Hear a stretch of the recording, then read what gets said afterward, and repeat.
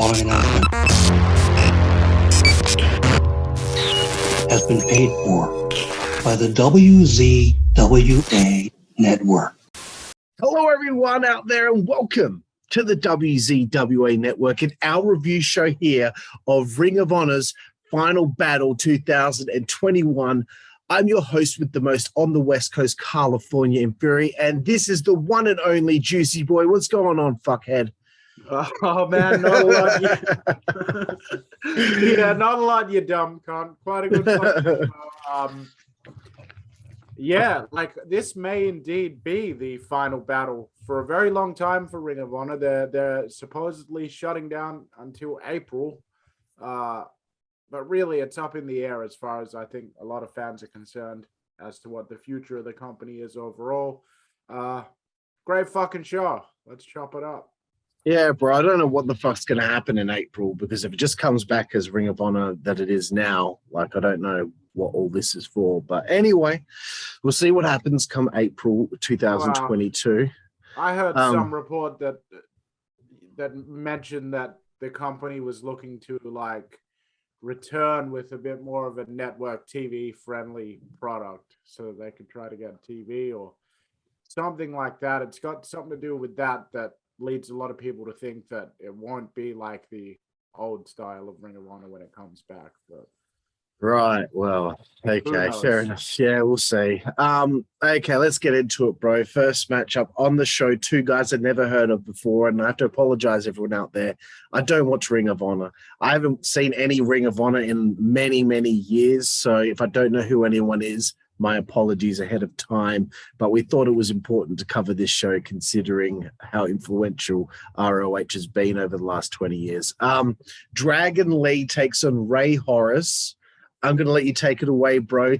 The first matchup here, two luchadors. What did you think? The only thing I didn't like about this match, the one single thing, was I didn't like the agreed upon chop battle, and the agreed upon forearms where they both agreed to stand in the ring and trade forearms and just let each other hit each other. I really don't like that kind of stuff. But outside of that one exception, I thought that this was a fantastic lucha libre match. I thought both guys looked tremendous. The stuff was really crisp. It was really smooth, but it still had impact and oomph to it as well. It didn't look too choreographed. It reminded me a lot of an old WCW Cruiserweight match back on one of their pay-per-view openers. And I'm going to give it an A-. I thought it was a pretty good match. Yeah, I liked Dragon Lee right at the beginning of the match, around the beginning anyway. There was a dive he did to the outside, which was by happenstance. Rey Horus happened to just be there, happened to just turn around, and then boom, gets hit with this suicide dive, or tope suicida, as Excalibur would say, and the showmanship afterward that you recounted when he stood up on the barricade and posed for the fans. That was that was pretty cool. And of course, have to bring up that dive from Rey Horus. It made sense the way that the dive took place, because it looked like Dragon Lee was outside the ring for quite some time waiting for it, but then he moved, and then Rey changed his direction, and it was just a better way of doing a dive. It made it more realistic. And we thought to the situation and such. That's it, bro. That's it. And we were intrigued by the fact that this is kind of like a lucha match with psychology. Who would have fucking thought? They did ruin it a little bit, pulling it back with those forearms and stuff, the back and forth forearms. I wasn't too chuffed with them either, but they got us back involved in emotionally in the matchup toward the end there. That victory, it was almost like a victory roll bomb off the turnbuckle, which was amazing. I've seen that attempted before by Psychosis back in the day, but no one ever took it properly. So to see it be executed like that was pretty sweet. And yeah, I just thought it was a good finish to the match and a good way to open the show.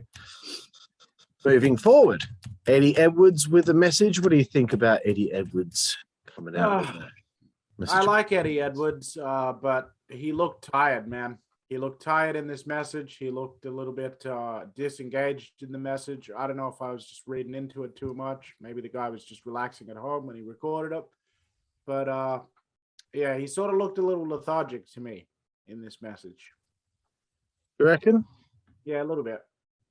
Okay, fair enough. But good to see, them bringing people in to give their kind words. Moving forward, bro, Ring of Honor Television Championship on the line. You got, who was the champion? Dalton Castle was the champion going into this, along with Rhett Titus, who we just saw on NWA. That was the first time I'd seen him. So second time for me here tonight. And of course, Silas Young, who we saw at XPW in this matchup too, also former television champion. And Joe Hendry, who's apparently from fucking Scotland. He's from fucking Scotland. He's from fucking Scotland. Fuck. Yeah, no. I don't have many notes on this one. I only wrote two things. Look, I wasn't that into this matchup. No one's fault, really. It's hard for me to just be completely emotionally invested in everything, considering I don't really know a lot about Ring of Honor, but I've tried. The only notes I really wrote were the streamers are a little much. Mm-hmm. I get that this is a Ring of Honor thing. They've been doing it for years, but fuck, before and after the match, you're making quite a lot of a fucking mess for the referees there. I'd be fucking over it if I was a referee in Ring of Honor. Nice to see Rhett Titus win the TV title. It seemed like that was something that it came across as something that was a long time coming and something very well deserved. So I thought all four did a good job. Mostly obviously impressed with Silas Young. I've got become quite a fan of his work. Bro, your thoughts? Yeah, I'd give this match a B-. I thought it was a fun, entertaining little match. They didn't try to do everything under the sun. They just tried to have a fun little match, and they did a good job of making it actually feel like the TV title was really important and that they all desperately wanted to do it. Agree with your points as well. Yeah, no complaints with it at all. I thought it was a fun little match. Excellent. Another message from somebody out there. AEW World Champion Hangman Page. What did you think, bro? Yeah, I really liked it. I thought Adam Page came across well-spoken. I thought that his message worked really well because, it lends some credibility to people that might not have seen a lot of Ring of Honor. But now you've got the AEW World Champion giving this heartfelt message. And I thought it was really classy the way that it came across. This was one of my favorite of these messages, probably. Yeah, I agree, bro. I agree. There's other people that talk later on that I felt like did it just because they were asked. Next up, I think I'd only ever seen one pure championship match in Ring of Honor's history. So it's the first time I've seen one of these since then. Brian Johnson taking on the pure champion, the technical beast, Josh Woods. Your turn, bro, to take it away. What did you think? Honestly, I was really excited about this match. I've been a big fan of pure title matches in the past when I've been into Ring of Honor. And I'm into that technical style as well and that smash mouth style. But this, to me, I don't know what it was. It came across a little sluggish to me.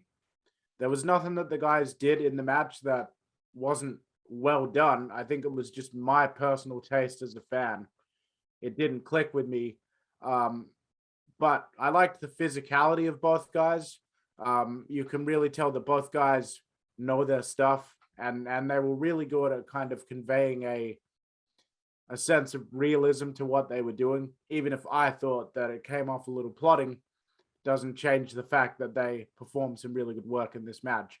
And I'm going to give the match a C-, which may not be fair to some people, but that's the way that I felt. Can't change that, so that's how it is. Yeah, fair enough. I was kind of like the same. It was all right. I did like some of the story being told in the match, but I think the highlight of the match for me was when your brother walked into the room and ripped a horrible egg fart, which got you really hot.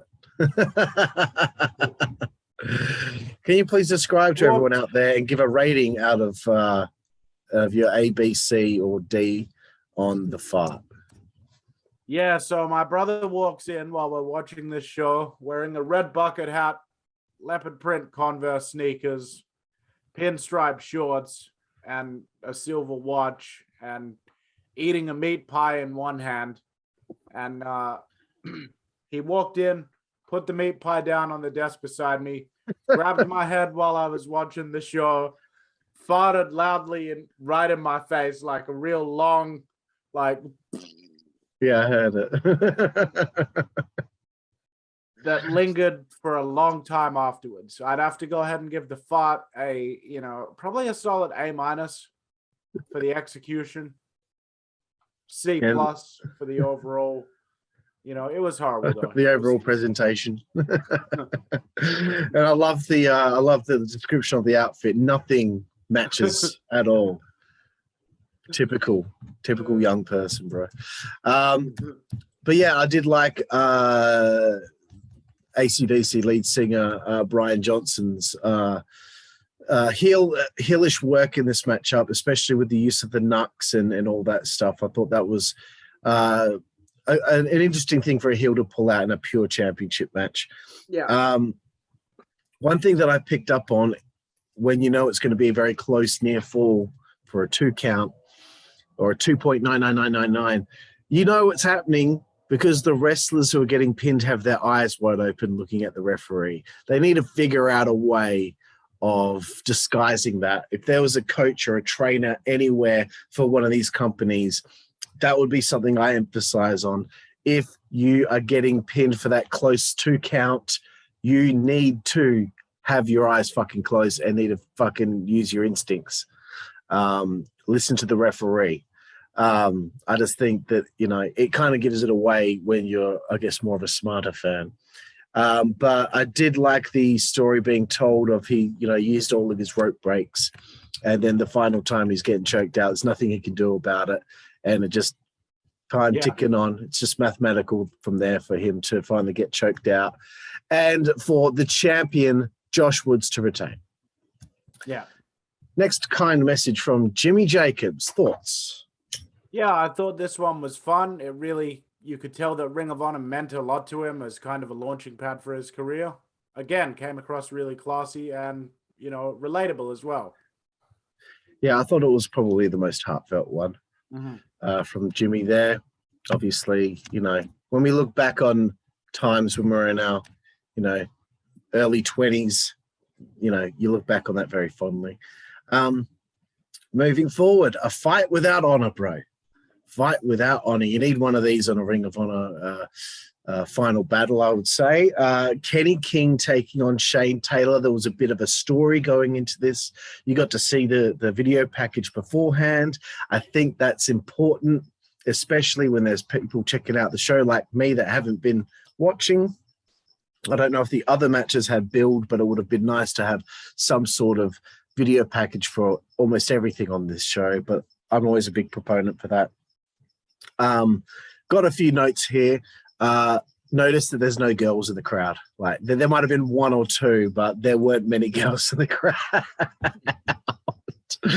Oh, wrestling, bro. Especially this kind of wrestling. Like, I get it, man. Like, I get why people, like, some guys like it and all that stuff, but, like, I always consider, like, whatever is cool, if you can tell the barometer for what's cool is how many really good-looking women are in the audience. I honestly go to a Motley Crue concert. Need I say more? Blockbuster through the tables on the outside early on, fucking dime. And I remark to you, bro, big shows like this, the granddaddy of any wrestling company, every one of them needs at least one match that is like a street fight or a hardcore rules matchup. I think it's important to have that flavor. But yeah, I was invested in the match because of the promo package beforehand. Trash can spot with the Uranagi was sick. Taylor off the apron, splashing King through a table was hectic shit. Then there's a Death Valley driver through a table in the corner from Kenny King. Then there's the splash onto the ladder as well. A nice Rikishi driver. And fuck, man, these package pile drivers are fucking nuts. Shane Taylor wins with a final package pile driver onto a chair. At this stage, we said this was the best match on the show so far. What did you think? Yeah, A+ match. This was the heat match of the show for me, and it was the gimmick match, the hardcore match. The spots that, as you just described, this gets a DJ recommendation. God, either way to watch it. We can't really do justice. Excuse me. For me, what put this over the line from a very good into a great match was the package power driver onto the ladder bridge. A ladder had been set up in between the apron and the guardrail. Both guys actually walked across this ladder bridge, balancing on it, exchanged some shots, teetered on it. The tension was high, but eventually Shane Taylor was able to hook a package power driver. They landed with such impact that rather than bending under their weight sort of pushed the ladder out from underneath them, and it slid off to one side. So they just barely connected with the ladder before it slid out from underneath them, and then the pile driver basically continued all the way to the floor on the outside. So big ups to Shane Taylor for keeping Kenny King protected. Big ups to Kenny King for keeping himself protected. A fucking hectic move. The splash onto the ladder was also just a bone aching move. Like, I felt my bones ache when that was delivered. Spots like that to me are what makes it a difference between a good match, like I said, and a great match. This was one of them. Another A+ rating for this match. As you said, best match on the show up to this point in time. I'm still not sure whether or not I do think it is the best match. I don't even know. There's a couple of candidates on this show. Yep, excellent, bro.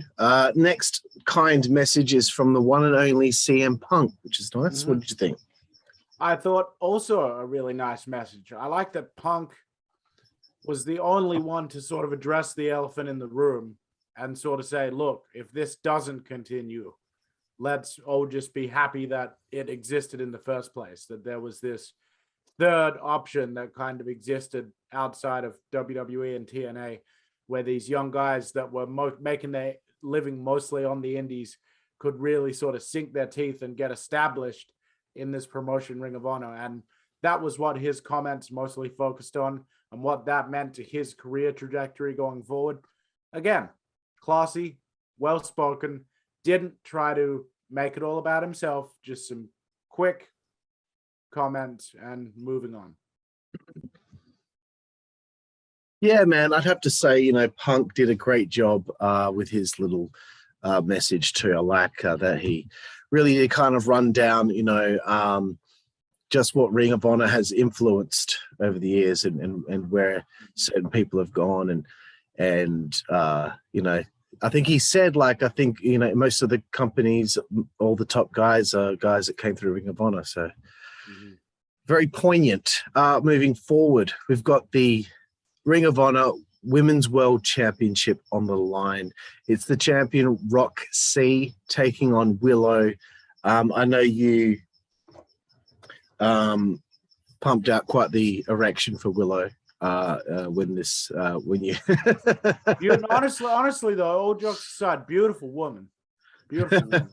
Absolutely, bro. I'm gonna let you take this. What did you think of the women's championship match?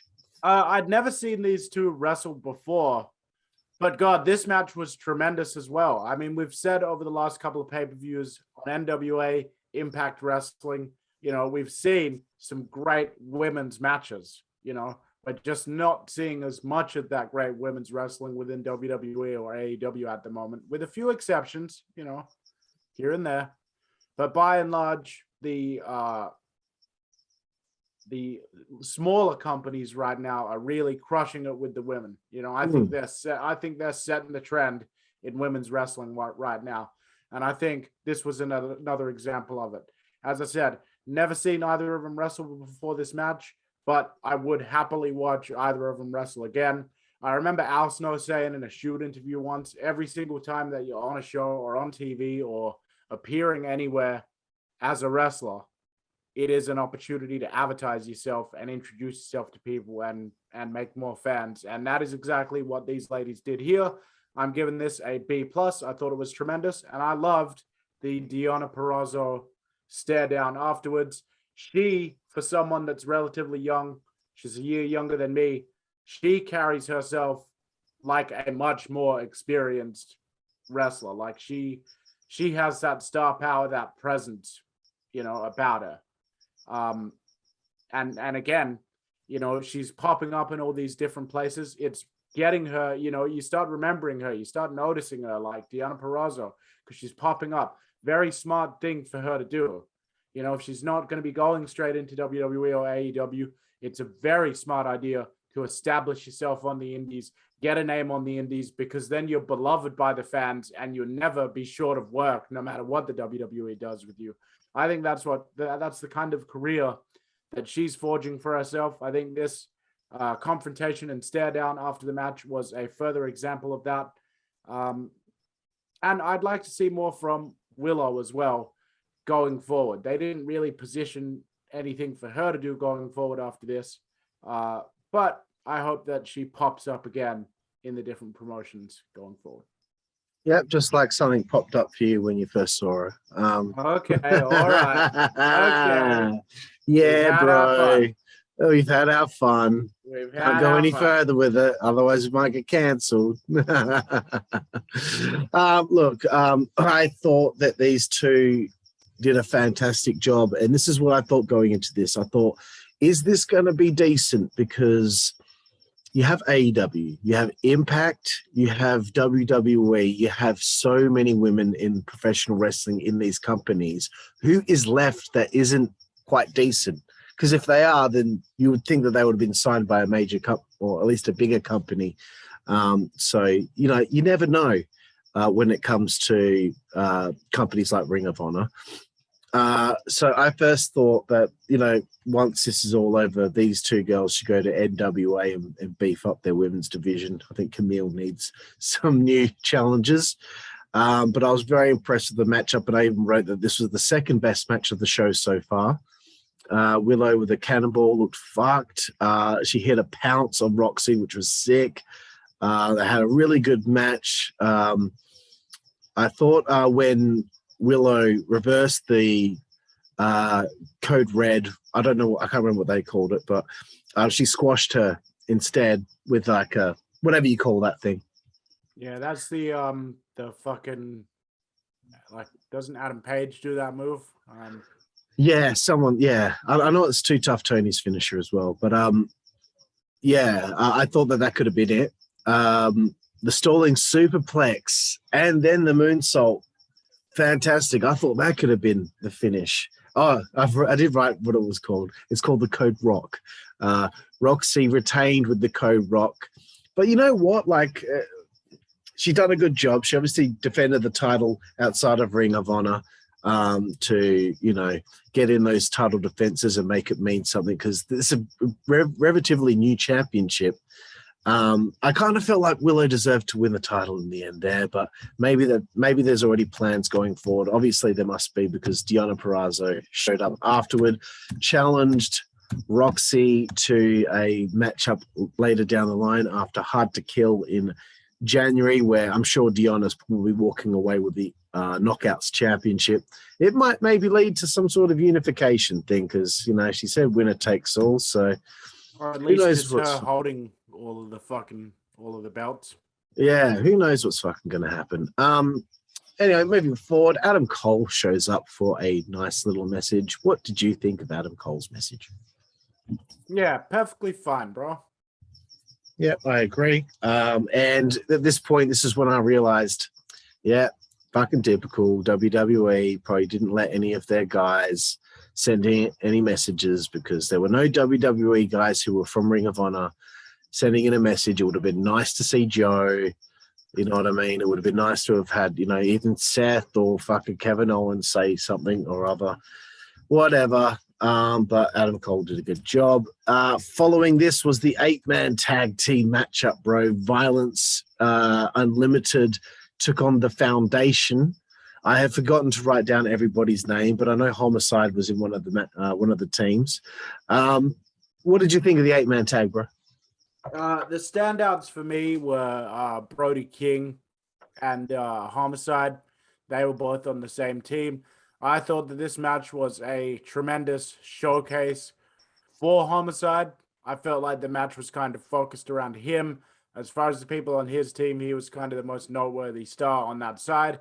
EC3 was probably the most noteworthy star on the other team.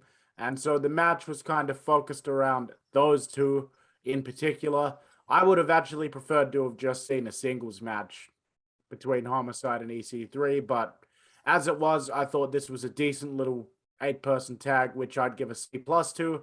The real interesting story came afterwards.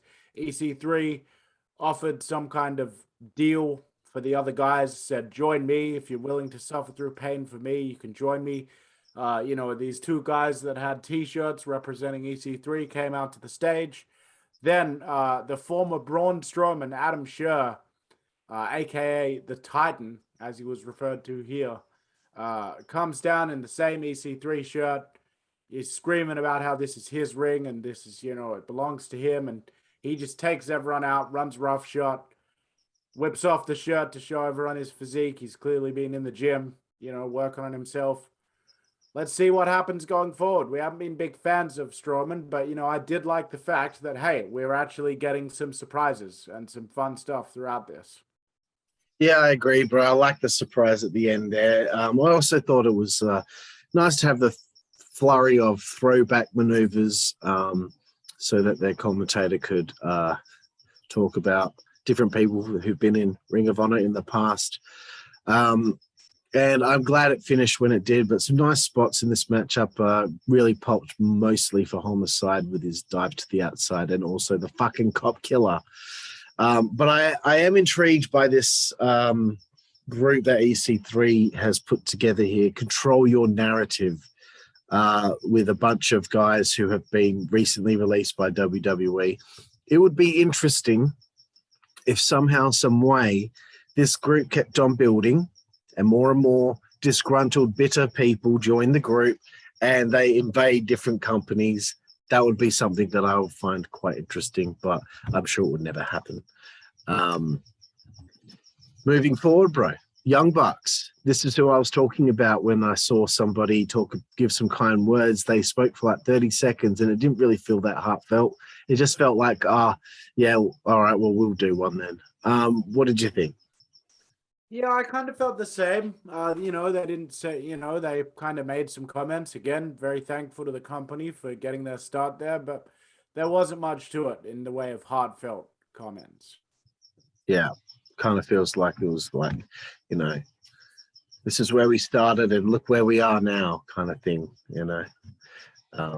Anyway, moving forward, bro, for the Ring of Honor World Tag Team Championships, match of the show from my standpoint, it's the Briscoes taking on the OGK, Matt Taven and Mike Bennett. I'm just going to run through my notes quickly. As soon as they made their entrance, I wrote, "Where's Maria?" Thank you. She did come out, so that was good. Popped big time for finding out that the Briscoes, who I don't know a lot about, but was sold on them immediately. I love the look. They come across real to me. Love that they have a move called Redneck Boogie. That's fantastic. There was a doomsday device on the outside where Matt Taven did a fucking dive over the top to clothesline one of the Briscoes, and the way he bumped on that fucking ground, dude. Fucking hell, cunt. Mental. Fucking mental. So, yeah, they were just up in the ante, more and more, and so many near falls. It reminded me of like the old Ring of Honor that I remember seeing and going all out and balls to the wall. They got me on several occasions for the finish, match of the show, and it's just nice to see the Briscoes get tag team title reign, number 12 in Ring of Honor, as the company is closing down before their rebirth later next year. And, of course, we had a nice little surprise again with FTR afterward. What did you think of this, bro? Yeah, I've been a long time fan of the Briscoes. I was hoping that they would win. We saw this same team of Bennett, and I keep forgetting the other guy's last name. What's his last Taven? name? Yes. We saw them at the NWA show, I believe. And then we saw them here. I thought they performed well over there as a team, and they performed even better as a team over here. I thought that they were just pulling out all the stops. You know, we're going to be complimentary a lot towards the Briscoes. I'm a long-time fan of them. Love them. Was happy to see them win the titles here. It was the right thing to do. It was what the fans wanted. These guys have been working with Ring of Honor since the beginning of the company. So it was absolutely the right thing to do here on this final show. The match, as you alluded to, was absolutely balls to the wall, intense. It felt like a real fight. It felt like it was all over the place. It was haywire. Things were crazy. I really didn't know by the end of it who was going to win. Like, Taven and Mike Bennett ended up going to beyond limits that are normally reserved for the Briscoes. You know, they went into these high-risk situations, put their bodies on the line at an equal level to the amount that the Briscoes would, which is extremely high. The Briscoes have very little regard for their own safety when they're in the ring. They'll do whatever. So to see Bennett and Taven match up with them so well, just phenomenal. What a match. The right team won. As soon as the match ended and I realized, oh shit, they're pretty much Ring of Honor is done now. I was like, yes, now the Briscoes are open to fucking feud with FTR. And then right as I said that, the lights went out. When they came back on, boom, FTR was there. Heated brawl between FTR and the Briscoes. I'm marking out. Can't wait for this match. It's going to be amazing. Love the fact that, you know, the FTR and the Briscoes are literally swearing at each other and they're not bleeping it out. You can just hear them going, fuck you. Like, you're a fucking joke. You know, like, and that's, again, like, we laugh at it, we chuckle at it because we enjoy that kind of stuff. But it goes a long way to actually sell the idea that these two teams don't like each other and that there actually is going to be heat between them going into a match because they want to make money off of it. Brilliantly done. A+ again for this tag team title match and confrontation with FTR afterwards. Yeah, two things I want to say. They fucked up the reveal. Because when the lights came on, it was a long shot. And yeah, you saw the video screen. That's not what I wanted to see. No, what I wanted was a shot from the hard cam in the ring with the Briscoes staring forward and FTR standing right in front of them. Yes, dude. That would have been the best way to do it. Them being on the ring apron and the long shot. Who the fuck's idea was that, dude? What the fuck? Dude, as it was happening, because I kind of already got the idea that that's what was happening before the lights went back on. You know, and I am excited about it, but it kind of took the wind out of my sails a little bit when they didn't pop up and they were staring face to face in the ring. If they'd have popped up staring face to face in the ring, I think that would have been a mammoth pop twice as loud as the one that they actually got. I think it would have gotten an incredible reaction. You know, the way that they did it, they still got a good reaction. I'm not saying that it didn't go over well because, of course, people are going to be excited about it. But you're 100% right, man. It needed to be like lights come back on. We're looking through the hard cam. They're standing there, two gladiator teams in the ring. They stare at each other. They let the dust settle while the crowd reacts. And then once they settle down, the first punch is thrown and it's pandemonium. That's it. That's it, what bro. needed to happen. Yeah. None of this other weird shit with a long shot where you can see the Titantron. I was looking at the Titantron. I didn't even realize FTR was there till they cut to the other shot. Yeah. Because the Titantron in the set is taking all your attention when you're looking at a long shot.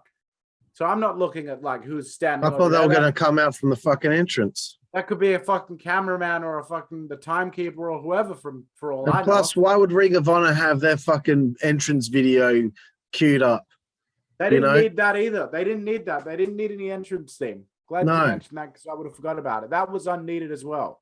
Yeah. What should have happened was like later on they can explain it. Tully was out the front of the fucking building and he turned off the lights. And then got word on the phone that they're in the ring, turned them back on. Like that's how you can cover up the fact that the lights went out, because why would Ring of Honor shut the lights off on their own tag team champions? it's things like that take the realism out of a very special moment that it could have been. And it was a special moment, but it could have been so much more. And that picture right there of FTR standing right face to face with the Briscoes, that sells the fucking match. Yeah, that would have been all you needed. That's it, man. And the only other concern I have is, and I'm sure this is where it's going to go, but I'm concerned that the match is going to happen in AEW. I'm concerned that Tony's going to sign the Briscoes and it's going to be about Tony's like one and done thing. They're going to have one pay-per-view match and FTR will probably go over, and then the Briscoes will just be relegated to just having just cold matches on TV every fucking week. Can I just say this, though? You know, I hope that doesn't happen, man. Unfortunately, you know, you might not be too far off. AEW may not be around as long as WWE has been around, but they have their patents too, just as sure as WWE does. Patents that you can read like a fucking book. And that's one of their patents. But the issue is, though, if these teams do feud, and especially if it happens in AEW, the Briscoes need to win the first match, because that is the best way to build heat on it. Briscoes win the first match. FTR can't believe it. That's how I'm hoping that this goes. I go like this, bro. And I know we don't want to go too much longer on this review because you've got work tomorrow, but I go something like during this period of time, I'd have FTR capture the AEW World Tag Team titles for a second time off the Lucha Brothers. They don't need belts anymore. FTR need to win them again. And then I'd bring the Briscoes in with those Ring of Honor tag belts with them. I'd have the first match be champions versus champions. I'd have the Briscoes go over. You know, there's nothing wrong with having a shorter title reign. You know, every single time someone seems to win a belt in AEW, they hold the belt fucking months on end. There's nothing wrong with doing a quick hot potato. You can do that, you know, at maybe your Battle of the Belts show in January or whatever. Then you go to Revolution in March and have fucking, who knows what could happen there, but like you get to Double or Nothing, and then maybe FTR win the final match of the feud and get the belts back, you know. And I think, you know, do three big shows, 3 big matches, and extend this fucking thing from December until fucking, when is Double or Nothing? Like June or July? Like you can really get a little bit of fucking longevity out of this story is what I'm trying to say. And I just hope it's just not like just one and done, one match and then that's it. Because I'm fucking telling you, man, AEW, like they need to really fucking look at their creative, because it's fucking garbage right now. Anyway, moving forward, Bryan Danielson, the final person to send a nice message. Of course, he's got to be there. What did you think of his comments? Again, classy, well delivered, well spoken. You know, you could tell Ring of Honor meant a lot to him, as it should. I discovered Bryan Danielson when he was in Ring of Honor. Like, that's where I knew him from. That's where I was exposed to him for the first time. Huge part of his career. He conveyed that here. Short and sweet, though. I liked it. Yeah, bro. You know what? Like, I probably would have, if I was Tony, because everyone's going on about, oh, thank you, Tony, for helping Ring of Honor by letting them have Jay Lethal for the show because Bandito had fucking COVID. I would have at the last minute brought in a special guest referee for the main event, and I would have had Bryan Danielson come in and be special guest referee, have no effect on the match, no implementing of any of his character in there. He just referees the match down the middle. Yeah. That would have been really good. That would have been a nice moment, I think. The fans would have enjoyed something like that, you know. Yeah, but maybe they thought their head referee deserved the spot. Or maybe it just wasn't a thought in anyone's mind because no one thinks the way that we do. No. All right, I'm going to let you take it, bro. The final match for the old Ring of Honor World Heavyweight Championship. Jonathan Gresham, Jay Lethal. Tremendous fan of Jonathan Gresham. Been watching him for years. Been watching him in Chikara, CZW, Ring of Honor, of course. He's been all over the place. I've always thought he was a tremendously gifted technical wrestler. He is incredibly smooth in the ring. Watching him work reminds me of watching a Ricky Steamboat work. He doesn't have the exact same kind of style as Ricky Steamboat. Ricky had a bit more of a like a looseness to his style. He sort of bounced around a bit more than Jonathan Gresham, but in terms of the actual everything being completely crisp, you know, Christian is another one that Jonathan Gresham reminds me of Christian in the ring. Just guys that really deliver everything, you know, and can deliver quite complex sequences and maneuvers and make it look effortless. You know, that's not an easy thing to do. It takes a long time to learn the technique of all those intricate holds and roll-ups and pins and stuff. And so obviously we know Jay Lethal can hang when it comes to that style of wrestling. He's an extremely gifted, extremely talented, extremely experienced professional wrestler.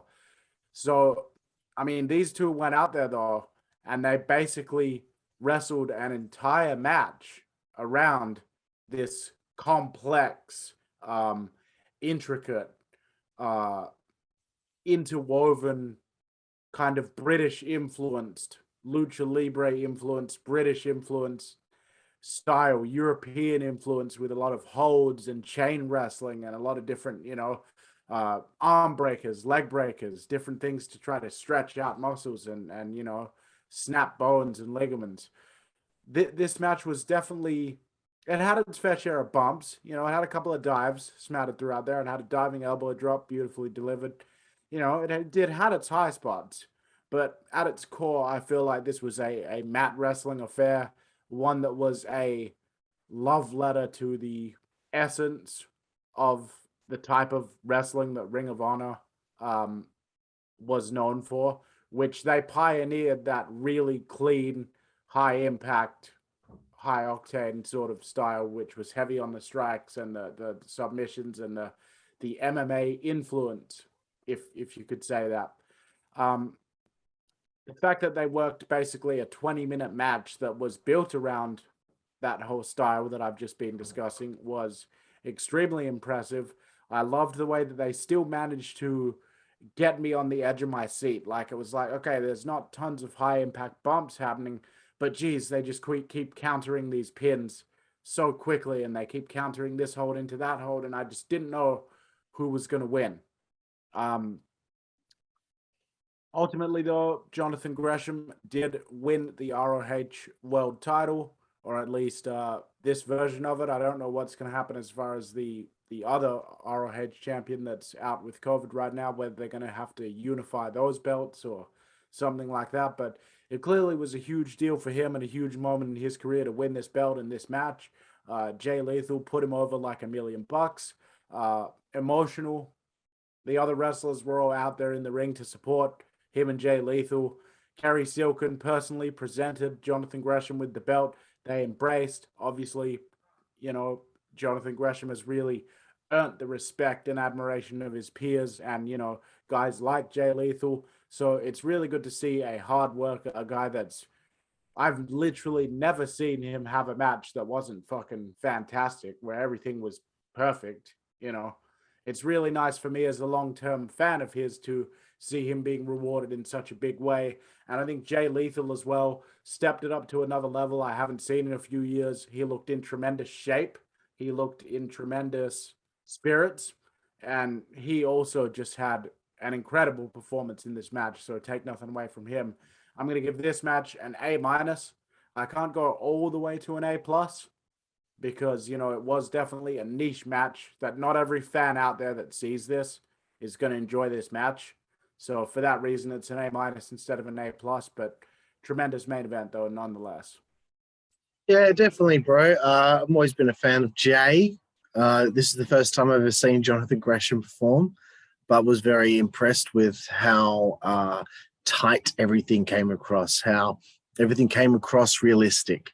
Everything was just so fluid and nice and technical, and like you can see that these guys really have done their homework, and they've obviously worked together before, but just every little tiny little detail and every single move was just perfect.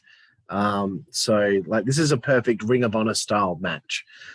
I will say this, after everyone came out and was surrounding the ring, and they were going back and forth, and Gresham kept hitting him with that fucking, well, what is it, like a punch or an elbow to the head off the ropes? That elbow to the back of the head, kind of like yeah, a roaring elbow. Over and over again, just, you know, just weakening him more and more and more.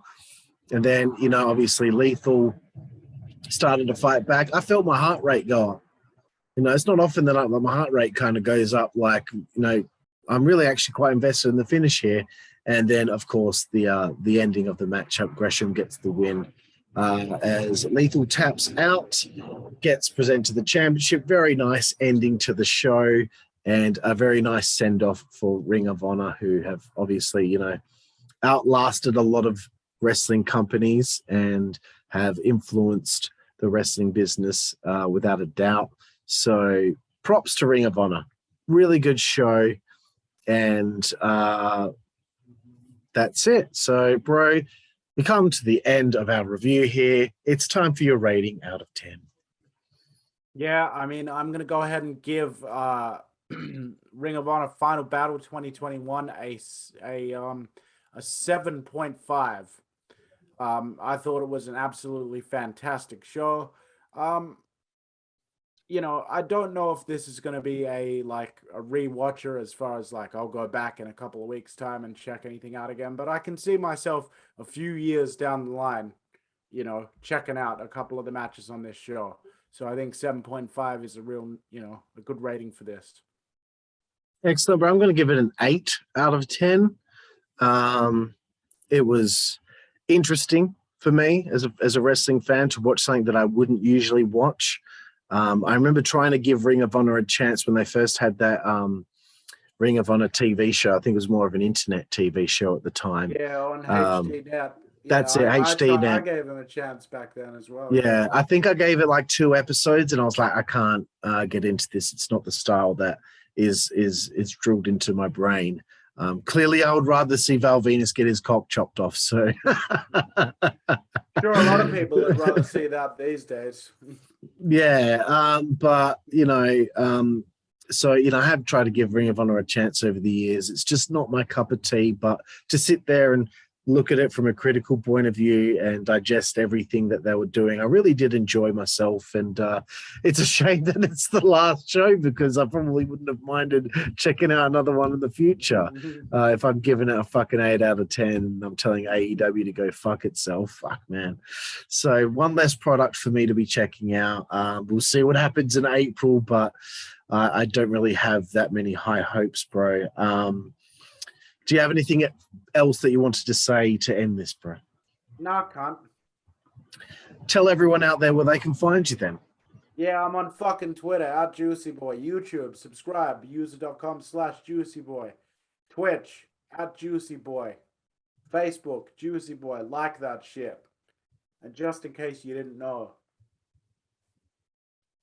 what you're going to be following, what you're going to be typing in, the spelling for that is JSS. No, it's not. You're tired, bro, aren't you? JSS. You fucking idiot. You stupid fucking idiot. Try again. JSS.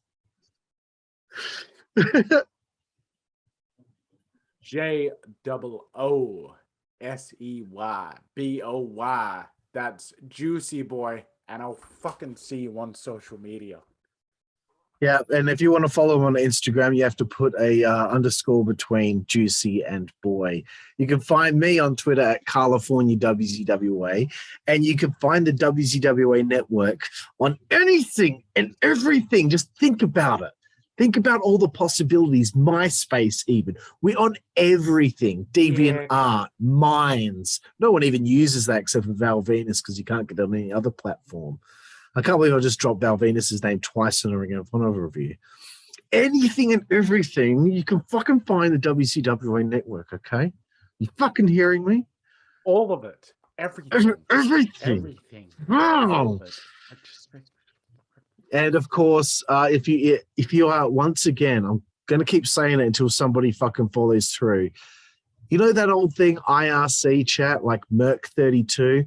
if you go onto the network known as Rizon, Rizon, and then you click to go into the chat room, #wrestling, there is a great group of people in there to talk wrestling about with. So fucking do it. If you don't, gonna fucking hurt you. Right. I'm Karlifornia. This is Jooseyboy. This was the WZWA Network's review show here of ROH Final Battle 2021. And we will see you down the road. Yeah, see it, cunt.